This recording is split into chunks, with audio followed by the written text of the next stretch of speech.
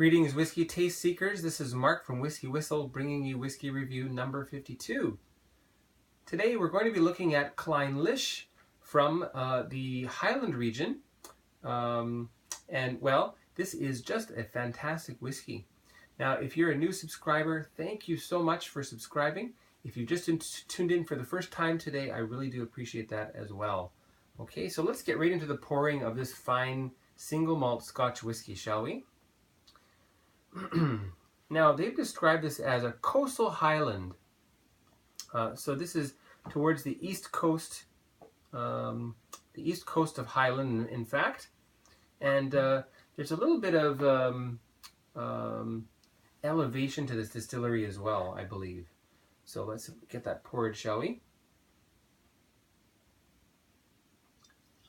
This is another first for me. This was the first time I had bought and tasted Clynelish, and very, very much love this whiskey as well.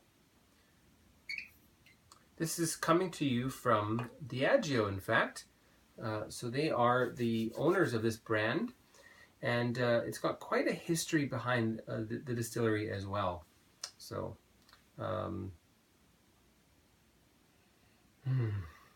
it's a very unusual single malt Scotch whiskey. While we let that sit there for a minute, let's go over the Clynelish distillery history, shall we? So 1872 is when this distillery was first founded near Brora in Sutherland in the Highlands of Scotland. And 1868, a new distillery was built. So in fact, the whiskey is not coming from the same stills, same location exactly, but very nearby. So 1968, the new distillery was built, and then oddly enough, 1969, the original distillery was reopened and was given the task of making a peated malt to cover shortages from Islay to be put into the blends for United Distillers at that time. One of which is Johnny Walker. And anyway, the original distillery was renamed Brora Distillery, which is very famous now because Brora Distillery is no longer in operation, and the whiskeys are quite dear. If you can get your hands on some Brora single malt Scotch whiskey, it'd be good to hang on to that for a while. You'd probably either see increase in value if you wanted to invest in it, or save it until some special point in your life and crack that open and drink it with your friends. And Brora continued to operate until 1983.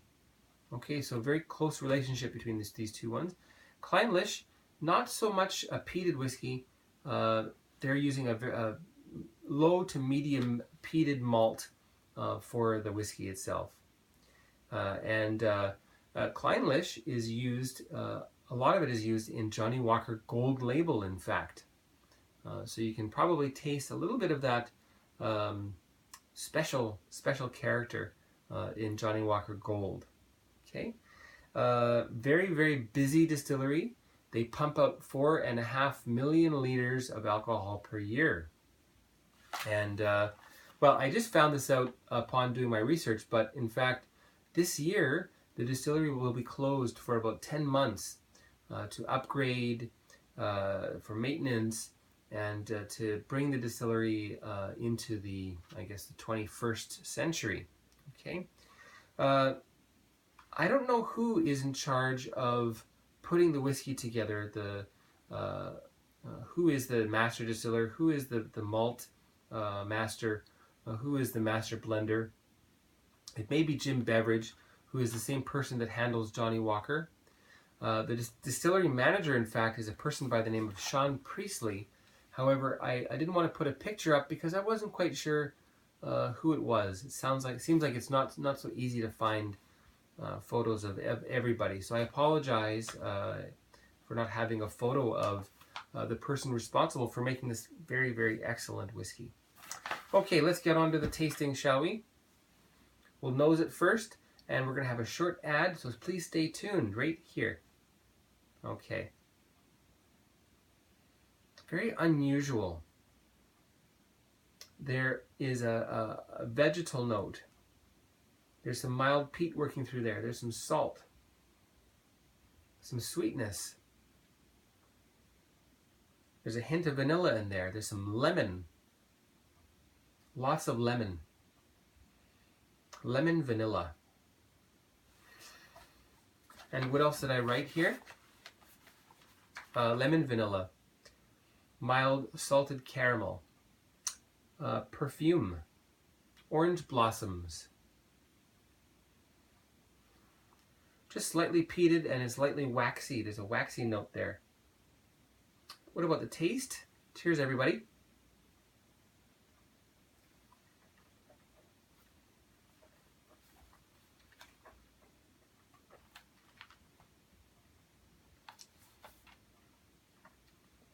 This is a bitter sourness, and the longer you keep it in your mouth, the sweetness really grows. Lemons and pepper, salt. There's an oily mouthfeel to it, and I've written here, it's like an old law office. Lots of old books, some leather, and some vintage oak furniture. Let's try that again.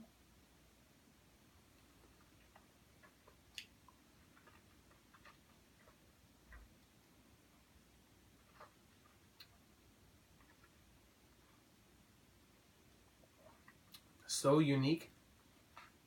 Oh, just incredible though. This is something that probably a person who is new to whiskey might not quite enjoy this. They'd be able to, you can enjoy it to a degree, but I think you really have to go through some of the milder Speyside whiskeys perhaps. And then onto some of the slightly bolder Highland whiskeys before you come around to Clynelish. And then you will just love it. I really believe so.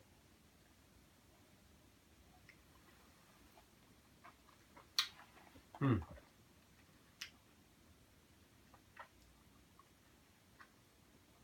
just love the way this develops in your mouth.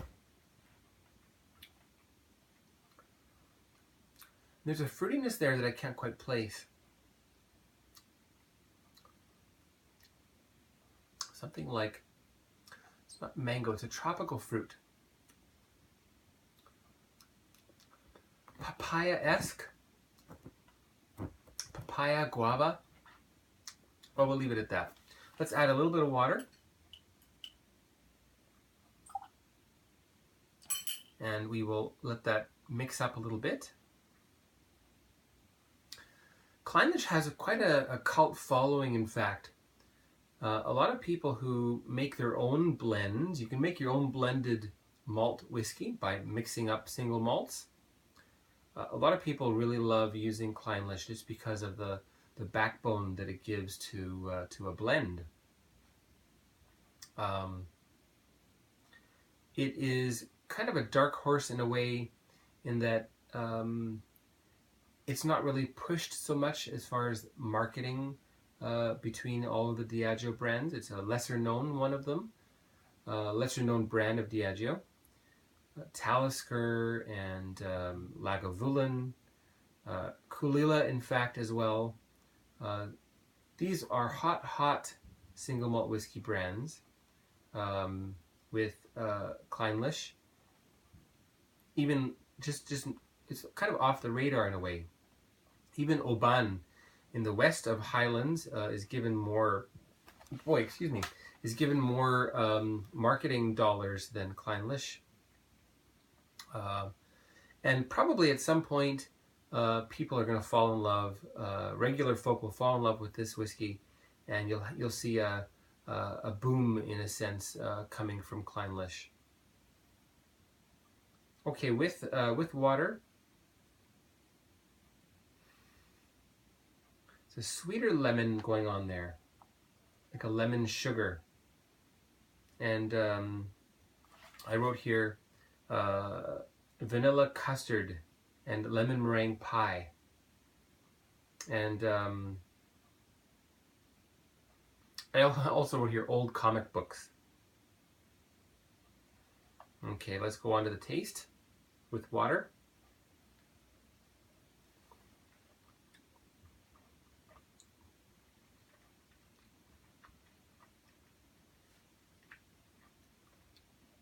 Much less bitter, much more sweetness. I'm getting sweet lemon drops. There's something almost jelly-like in the mouthfeel, so beyond oily. And cloves, persimmon. There is no pepper. There was some pepper without water. There's no pepper now. Nutty, dry, musky, malty. Some raisins in there too.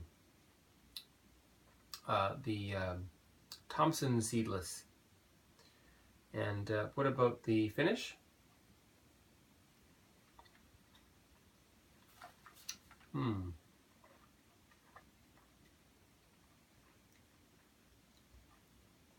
I think I forgot to mention the finish for the neat version.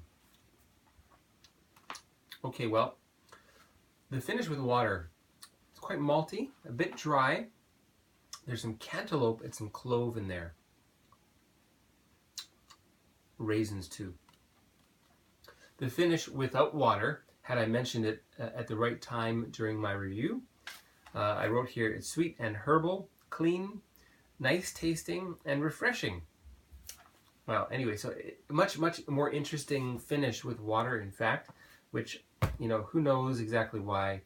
There's some chemistry involved there, that things that go on that are beyond me at this point.